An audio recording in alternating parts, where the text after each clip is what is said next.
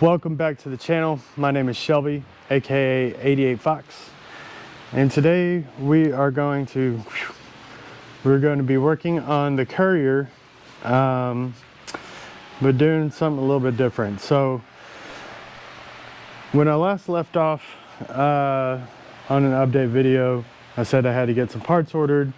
I got those parts ordered and I got a couple of them installed. So this is a exhaust manifold for an 8-valve VW, bolts right on. This is an adapter flange for my turbo. So that is going to make the turbo to where it sits up here, except we do have a couple of problems. So this is the turbo in question that we're going to be installing. It is a Holset HE221W. I was hoping I wasn't going to have to do much to it, but it looks like I am. So let's go ahead and show you what we're dealing with. So you get that lined up on there. That's basically where it's going to sit. And it's going to look pretty sweet, I think. Now my problem is a couple things. So if you look at this, you see that you have the oil feed right here, except this is the oil drain feed, which needs to be on the bottom side, and then the oil feed needs to be on the top side. Also, if you notice, it's not really clocked right the way that I want it. So this part is what I'm talking about. That would be your outlet or your inlet from the intercooler, and I want that to come more to the side. So what we're gonna have to do, let me grab this bad boy, is we're gonna have to do some dissection. So first thing I'll need to do is take off this boost line and this wastegate, and then I'll have to disconnect it in half right here with this clamp, pull the compressor apart, and then I'll be able to access this, I don't know if you can see it, this snap ring right here to take the turbine housing off. Now, a typical turbo is going to have some kind of, well, I wouldn't even say typical, but most turbos that I've dealt with anyways, they just have a couple of nuts or bolts that actually hold the compressor to the or the cold side to the actual compressor right here, and you would just have to loosen those, and then you can kind of orientate or clock the turbo however you wish. The problem about this is it has a pin that it lines up with, so that's going to have to be ground down on the compressor side or on the cold side, and it also has a pin that aligns with on this hot side as well. So we're going to have to grind both of those down, and then we're going to have to refabricate an area for this, or we're going to have to remount this wastegate, which I have a bracket for right here. Yeah, we'll have to do something like that, and then we'll have to bolt the actual wastegate to that direction, so that way that the wastegate maintains the correct area it needs to be, and we'll be able to, you know, clock this however we need as well. So we're going to go ahead and tear this thing apart and get started, or I'll show you where the pins are that we have to grind down, and then we'll get them ground down so that we can carry on. Alright, so I got the turbo torn apart. This is where all the magic happens, right here. That's it, not a lot. But there's the pin that I was talking about on the cold side, and there's the pin that I was talking about on the hot side. So we're going to have to grind those down, make those flat, and then we'll be able to clock the turbo in whichever direction we need to. So just so you can kind of understand a little bit more, there's the notch for it. So this would slide in here, and then as you can see, there's a lip on it. As soon as it hits that pin, it drops down. It's not going to work for us because we need this part on the top side. So we'd literally need to do a complete 180. So we'll do that. And then also on the same token, you have that little notch right there. It would line up with this one. Somewhere, boom. And then you would push that down, and then you're able to actually get your snap ring in there. So it's not going to work for us for what we're needing to do. So we'll just get those grinded down, and then we'll be able to cluck the turbo how we want. So I'm going to go ahead and start grinding those, and then I will come back before we do assembly. All right, so you can see that one is ground down and it's nice and smooth. This one was a little bit harder due to the location of it, but I think that should be fine. The actual gasket sits inside instead of on that outside, so there shouldn't be any kind of boost leak issue. It's just a little notched right there, but not a big problem. I think we'll be just fine. We'll see once we go to put the snap ring in. But yeah, there you go. So I'll go ahead and do the reassembly and show you what it's looking like. All right, so after playing around, turns out I didn't need to actually grind down the knob or the nub or the whatever you want to call it on the cold side, but it's done, so we'll just deal with it. But that's pretty much how it's going to sit in there. It looks pretty cool, I think. I'm gonna have to redo this oil filter, or whatever you call it, oil inlet.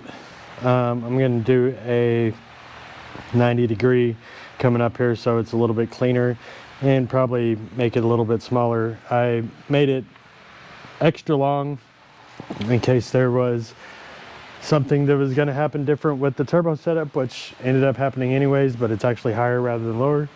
There's the original setup. And now I have so much room for activities down here, which excites me because now I can actually clock my starter and move it up a little bit, so it'll actually go in these holes right back here now instead of so close to the frame, because as you see, I've already notched it a little bit, but I was still concerned, you know, with this thing rattling around that was going to be a problem. But now that I've got some room up there, I will be able to do that. I'm waiting for my drain adapter, and so that's going to come in right here and go straight to the bottom of the turbo. So that'll be my drain, and then yeah, I'm just going to have a lot more room down there. So what's next is, where is it? Let's see, is it in here? Nope. Is it in here? Maybe. This place is a mess. Drives me insane. Drives me insane. So this elbow will now be going on. Let me see. Let me make sure the camera's got it. So this elbow is going to go on now, and where that's going to go is right there. Okay. And so this elbow converts. So first off, it makes it go, you know, out, which is great.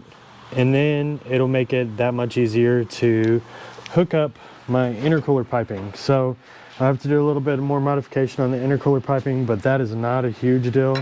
Getting pretty confident with that. So we'll plug this up like so. We'll mount it, and then we will work on getting that piece connected to that piece and go from there. Cool. So that's the next step. That's what we're going to do, and I will show you the product when it is ready. Okay, so I figured out what I want to do with the actual intercooler piping itself. I'm just gonna go, so I got this piece hooked up, this little flange which pushes it forward. And what I'm gonna do is just simply do a 90 degree here, and then I'm gonna cut this out a little bit further, and then I will just 90 degree it with an actual pipe, 90 into this one, which 90s into the intercooler. So I don't like a lot of 90s, but you know, we're not talking, you know, pushing 1,000 horsepower or anything like that. So I'm not concerned that these boots are going to be blowing out and so on and so forth. So for the turbo to the intercooler, I think that that'll be fine. And what that also does is that leaves me just enough room to where I'll be able to get this pipe, which I've already cut, into this boot, or where there will be a boot, and it'll hang out something kind of like this, right? And then from there I will just create a pipe to go into my race pipe. So it'll be super simple. They'll be close together, but I think that that's going to be the cleanest way I'm going to be able to get it done. Originally I had it where the since the turbo was sitting down here, originally it was going to come out straight like this and then go in, and then the upper pipe was just going to go up and to it. But since now the turbo's much higher, had to rethink about it without trying to take out too much more metal from the actual fender itself. So this spot right here that I originally took out is going to be just kind of there now, but it'll be okay. You won't be able to notice it too much. And if I need to one day, because I just want to be really particular, I'll just add a little piece of sheet metal in there. So we'll cut this out, get this pipe put in there, and then button that up, and then we'll start working on this pipe. And then once this pipe is done, I'll be able to actually put in my map sensor. So that'll be awesome. And then we can continue working on the wiring. Okay, so the intercooler piping is mocked up, what I think I'm going to end up doing. So this turbo outlet goes down, and it goes through here on the bottom side, goes through your intercooler, comes back up, and then goes straight into the race pipe and creates power. So the one thing that I need to do, well, there's a couple things I need to do. So first thing is I need to put a lip on all the edges of the piping, so where I cut it. So this one, and I believe this one, both sides, and then I believe just one side on this one need a lip put in. And then I have to weld this bung somewhere. And this bung is for my map sensor, and what I think I'm going to end up doing is I'm just going to weld it right about here, maybe on the bottom side though, so that it's not as visible. And I have a couple options for it. I could weld it directly to the race pipe. I could weld it on this flat piece, but I want it hidden, but still easy to access. So I think that on the bottom side over here is going to be my best bet. And then I'll have the wire extend probably across here and then kind of route back through wherever it needs to route. So I think this is my map sensor. Well, one of these is my map sensor, so I have plenty of room to be able to put it where I want to. Actually, I might not. Well, either way, I'll measure that, figure out exactly where I want to put it. I'll also have to, there will still be some wiring that'll have to be done on the inside of the engine bay, because I'm still going to have to wire in a pigtail for my electric fan. So those are just going to kind of follow the same line, if you will. And then that'll be that. but I don't have a TIG machine. I have a MIG machine, and I utilize this guy right here, my handy dandy spool gun, to do my wire or my aluminum wire welding. So I don't have it hooked up, and it's kind of a pain. So I'm probably not going to do that right away. But I will get to it. So yeah, I'm gonna roll these lips, and then, you know what, screw it. I'm just gonna go ahead and get it done with so I can get it knocked out with and call that a day. I will have to retake the turbo back off because I forgot to put my drain adapter on there, and it's kind of difficult to get to the way it sits. I might not have to take turbo out, but I'll at least take this piece off, so that I can access it and make sure it's on there snug and all that good stuff. So now that I've got it all together, I'm going to go ahead and disassemble it and get it prepped for its final location. All right, so we are back. Yeah, I think when we left off filming, it's been about a week or so. I was talking about getting the flange for my map sensor welded onto one of my pipes for the intake. So Prime Week actually was just here, and so what did I decide to do? I bought a TIG welder. Bam. This is a Art Captain TIG 200p AC/DC. Really nice machine. But yeah, I have absolutely no clue how to TIG weld. I've been playing with it for about 2 days. I know, I get it. I'm not going to learn how to TIG weld in 2 days. But yeah, I'm just a little frustrated, and really I don't have time to learn how to TIG weld just to get one piece of aluminum welded up. So I decided to go back to my handy dandy spool gun for my MIG welder and do a couple test runs on it, see if I could dial it in. I got it pretty well dialed in. There's some black soot, but I can weld that off, or scrape that off. So I'm gonna go ahead and do this, weld that on there, and then call it a day with my spool gun using my MIG welder. So we'll go ahead and get set up. That's what we're going to do. Hopefully it turns out okay. If not, that's why they made angle grinders. So going to go ahead and get that knocked out, and then we'll be back to it. All right, so here is the final product. As you can tell, I did a lot of grinding. I actually filmed it, but I don't know, man. Like, production just not working out for me when it comes to this spool gun. In practice, it tends to work just fine, but once I start actually building something, it just doesn't work. But you got a bunch of globs on there. Ended up grinding them all down. It's not leaking. So yeah, that's it. One day I might paint it or get somebody to actually make a pretty bead around it, but I don't really care. So next thing's next. I got to get these beads rolled.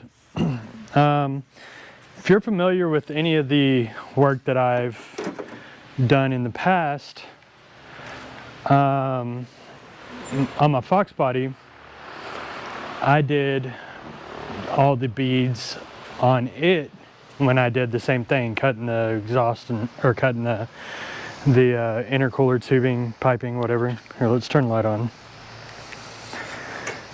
So all the intercooler piping that was done for this Fox body, I did it all myself and rolled all those beads myself.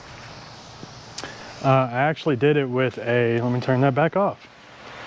I actually did that with a pair of pliers that I ground down and made work. But I'll tell you what, like, I had blisters on my hands that were just outrageous. I mean, it was very, very hard work. And I mean, it worked, but it didn't look great. It holds 25 pounds of boost, so I know it works great, just doesn't look great. And I'm trying to work on that. I'm trying to make things look a little bit better, look a little less rigged up, if you catch my drift. So what I did was I invested in an eBay special bead roller. So we're going to load that bad boy up and I'm going to film it, and hopefully they look good. So we're gonna roll one bead as a test subject and then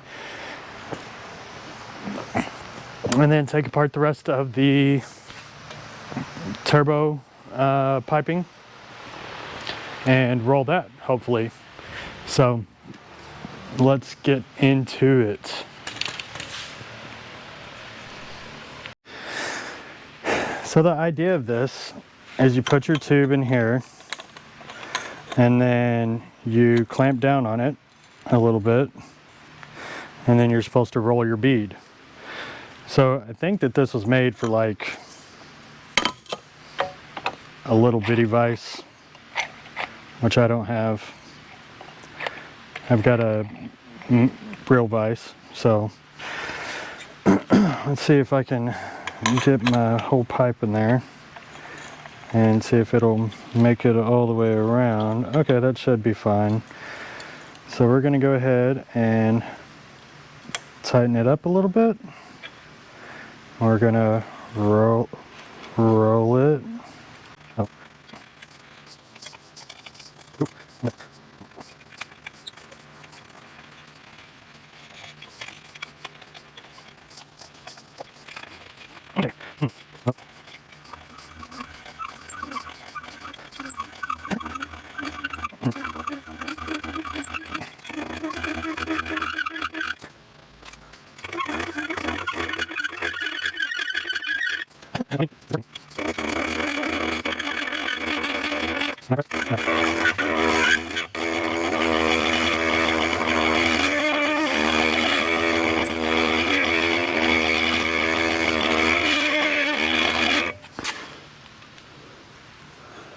Let's try one more crank.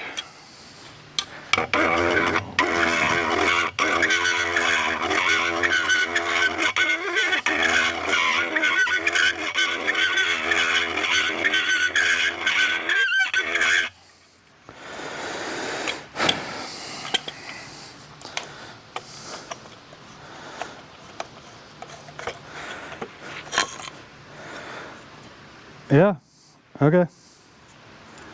Well, there it is. It's gonna work. But boy, did that thing eat some metal off the side. Maybe it's because it wasn't a perfect cut.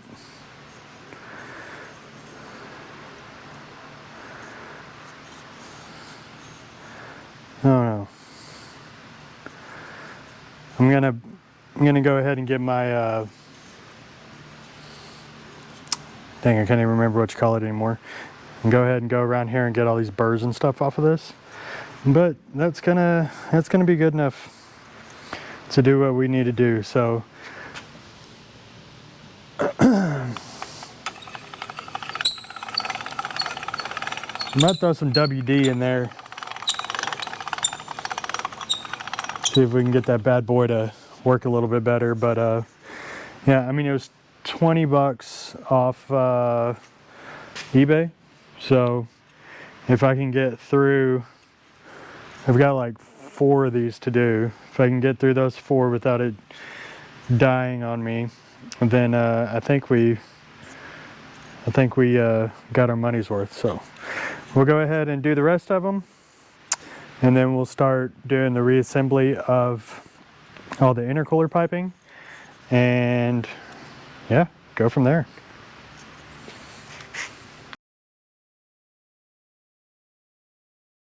Daddy. Hi, Ollie. Hey. Hi. Yeah. All right.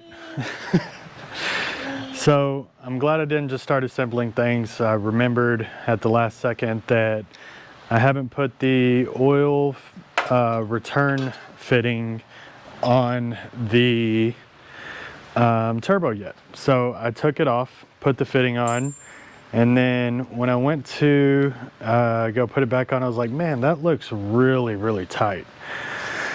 So the fitting fits, but if you look closely, that hose or that fitting for the actual line itself, I got that 45-degree fitting that's going to be part of the hose. It is snugged up right onto that bolt, and it's only snug up to that bolt because I put a spacer in between and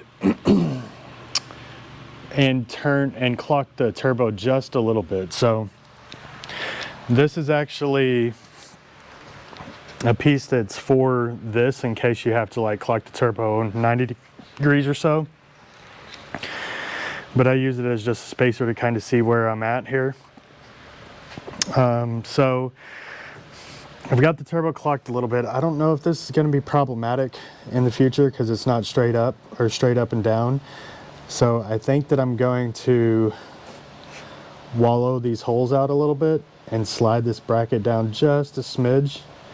And then I'm going to take this plate, trace it, and then either I'm probably just going to cut this because I don't need it. Cut this, and that's going to be my spacer. And then I got to build the hose and then install the hose on the turbo side before I can actually plumb it to that fitting down there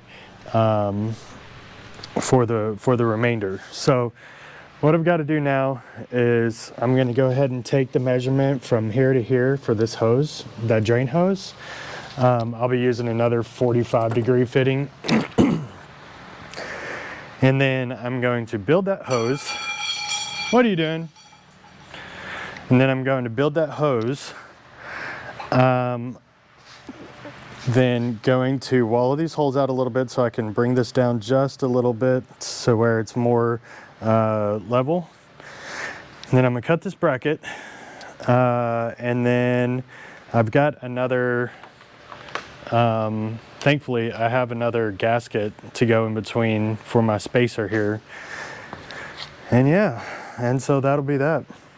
But what was gonna be something quick and pretty painless now looks like it's gonna be a little bit more work. So that's the story of this truck though. So yeah, it is what it is.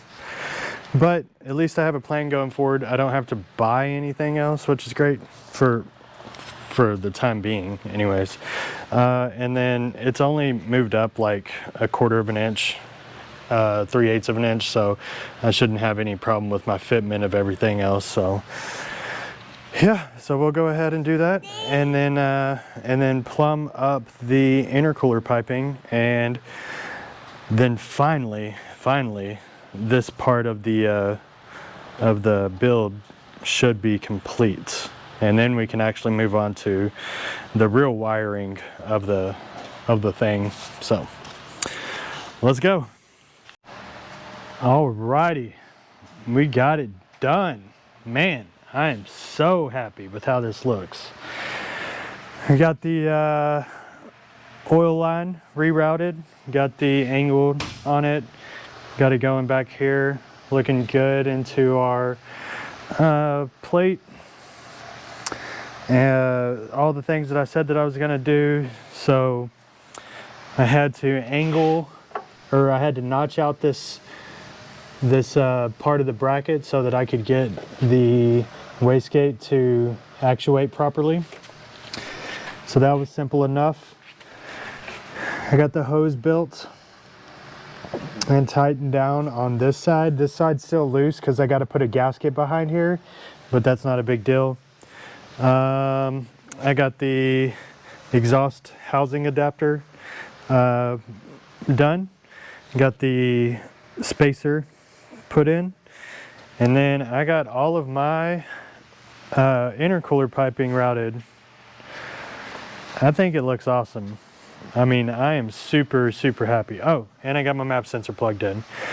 So realistically, the only thing that I have left to do on the engine side is I got to hook up my N75, which doesn't have to do anything.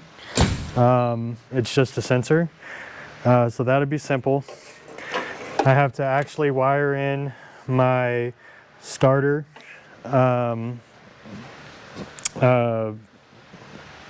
starter solenoid, and then I have to do the electric fan. That's it. Everything else is done as far as wiring goes on the engine side. I still have to do the fuel system. I still have to do the cooling system, but I'm not very worried about those too much. I think those will be relatively simple to do. But I do have to get started now on doing the wiring on the inside of the motor, or on the inside of the car. Shouldn't be too bad, but I've got the painless panel over there.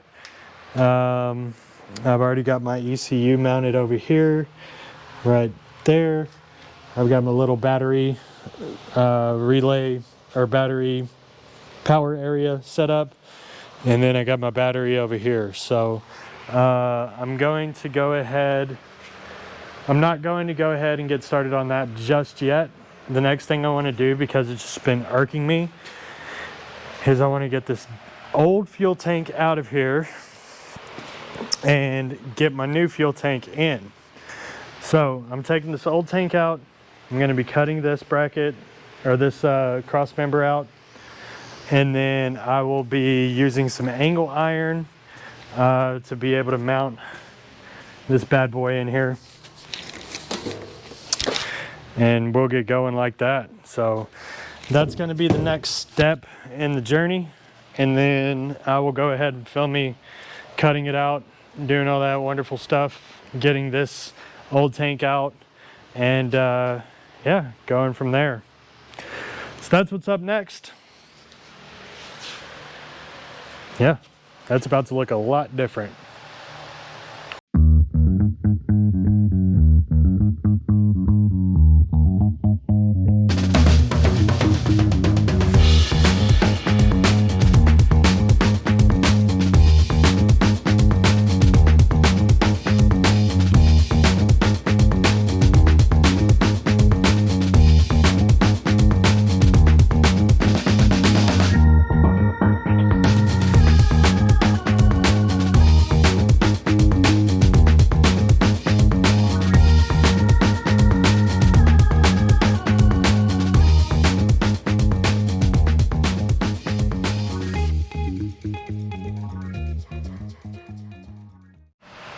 Okay, so I started out with the angle grinder and a cutoff wheel, and quickly switched up to my plasma cutter. I don't know why I don't use my plasma cutter more. I'm not super experienced with it, but you know, it's definitely a lot easier than using a cutoff wheel. But I made some rough cuts, and then I got these narrowed down with the plasma cutter itself. And then I cut off one of the brackets that held the old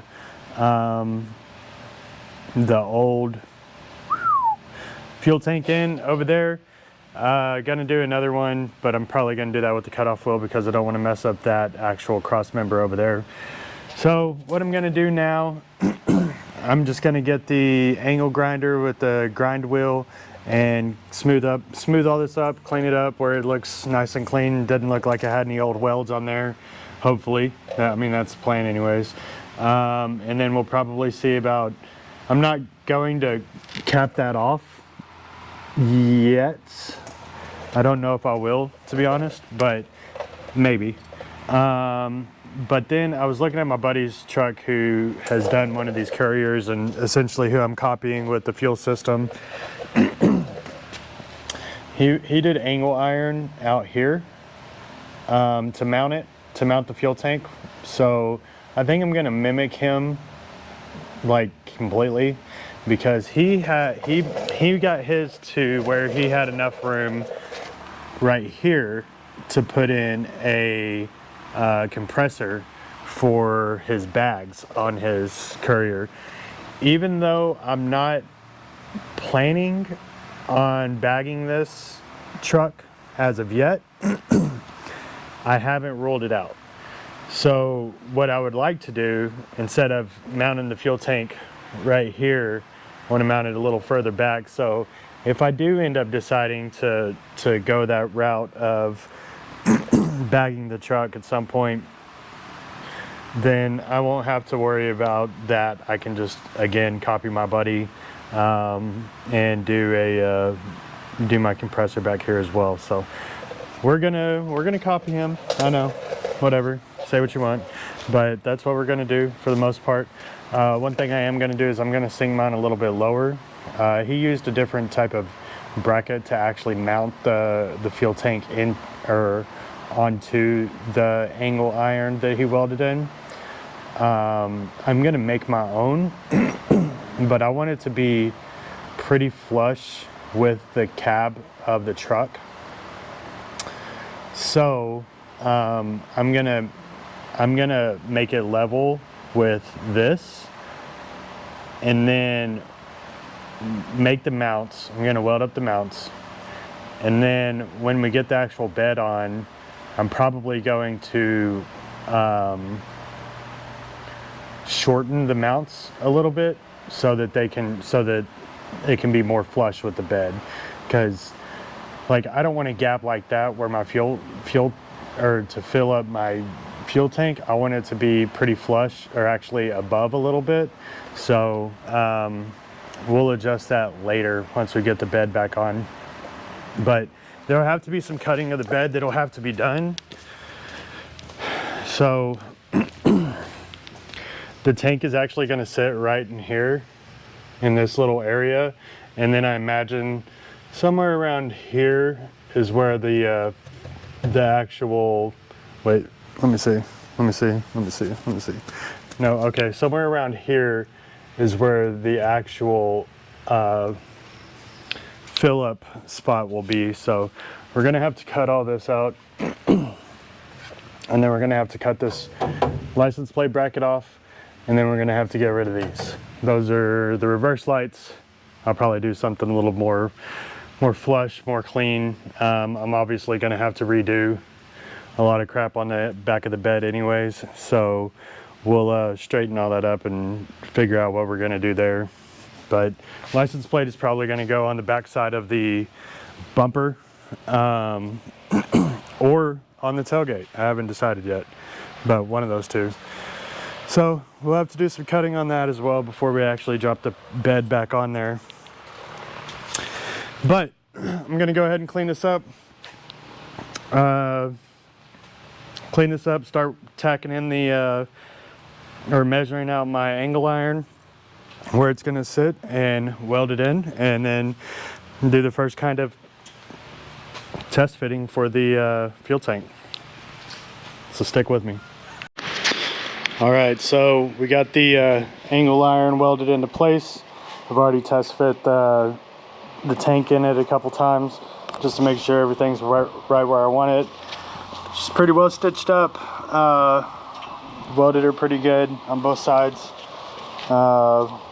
We'll go ahead and start cleaning up a little bit. So I'm gonna get all this stuff cleaned up and then remove the battery, and then we'll look at painting this backside here just to get it, well, we'll grind down as much rust as possible. Then I got some frame paint, and we'll work on just cleaning it up a little bit, and that way I can go ahead and get started with the next part of it, which is going to be the wiring, or sorry, not the wiring, getting the straps put on here, building the straps and then getting them put on here so that this will sit, and then I've got all my fuel system stuff in, so I'll go ahead and start plumbing it up and getting it all mounted in here. So that's what's coming up next. Yeah, this will be all nice and cleaned up here shortly, hopefully. Look at that. I spent quite a bit of time cleaning up the frame, and then got some frame and chassis paint and sprayed it down, so looks pretty good. Obviously I didn't do the leaf springs or anything like that. I'm gonna probably pull all this before too long anyways. I got to redo the brakes, put some new shocks on it, that kind of stuff. So just kind of you know, keep it from or protecting it from the rust and giving it a little bit of sheen, a little bit of shine, looking a little bit better. I got the straps made. These are I'm just gonna keep them floating for now, just gonna keep them temporary, because what I want to do is when I get the bed back on, I want to do some measurements and make sure the tank is in the right spot, or if I need to move it up or move it down or whatever I need to do. So I just got those straps in there like that for now, or at least just to support it. And then, so here's my return and feed.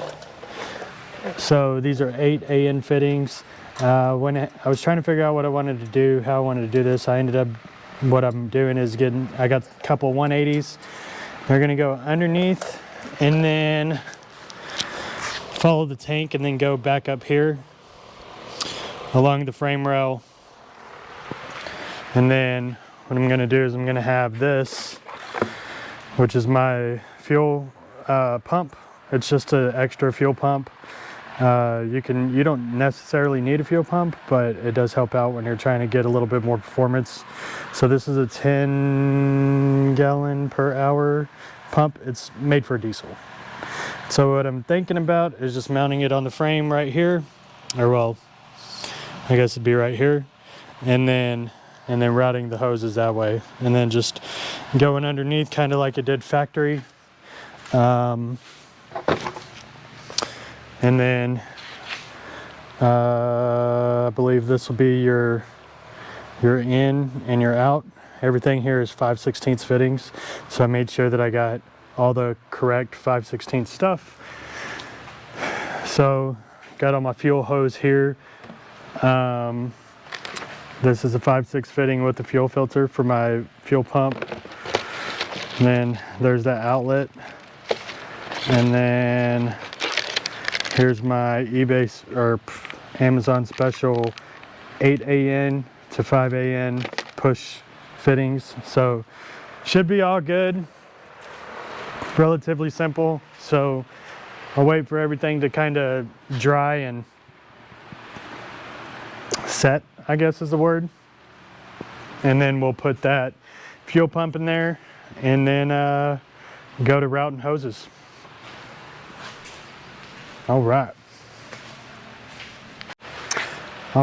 so easy enough. I got the whole fuel line ran. I'll put a zip tie to kind of pinch this together, make it cleaner. And then I got it going underneath, and then up here across this cross member. I've just got it zip tied right now. I don't know what I'm gonna end up doing in the end, but we'll figure that out later. Got it routed down the fuel rail, or frame rail, sorry. And then there is my fuel pump installed. I've got the ground already hooked up to the original ground that was for this, or for the original fuel pump. There's your filter, and then everything's routed underneath, goes underneath the frame, comes out right up here.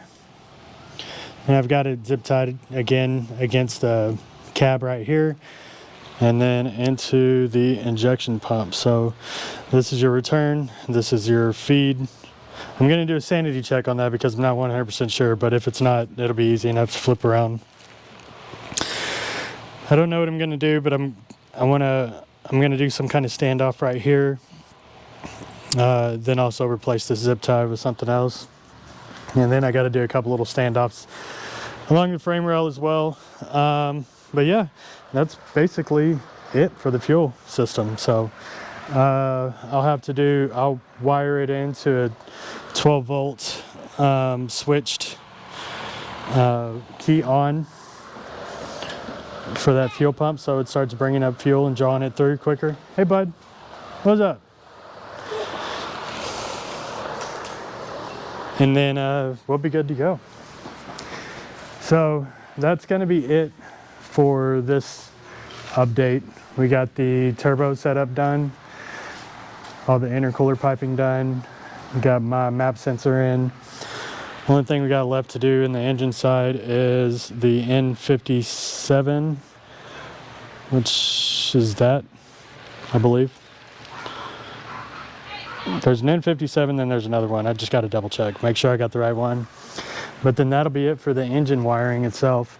I do got to get a little gasket or O-ring for this bottom side of this oil return, but that's going to be easy enough. So yeah, then we got the whole fuel system kind of set up temporarily.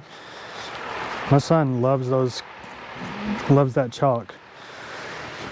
But yeah, okay, I'm sorry, I'm tired. But that's going to be it for this update. Next time we will actually get to start wiring this thing, so super excited for that. I've got to finish a couple other projects before I get started on that though. I got to get this truck out of my shop.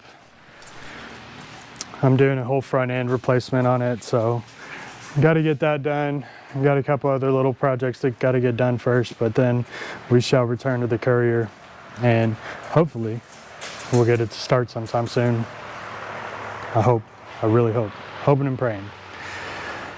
All right, well, if you like what I'm doing, make sure to like, subscribe, share, comment, all those wonderful things. Tell me what you like that I'm doing. Tell me what I can do better. If you don't like my build, I don't care. It's not your build, it's my build. But yeah. We'll see you later. Take it easy.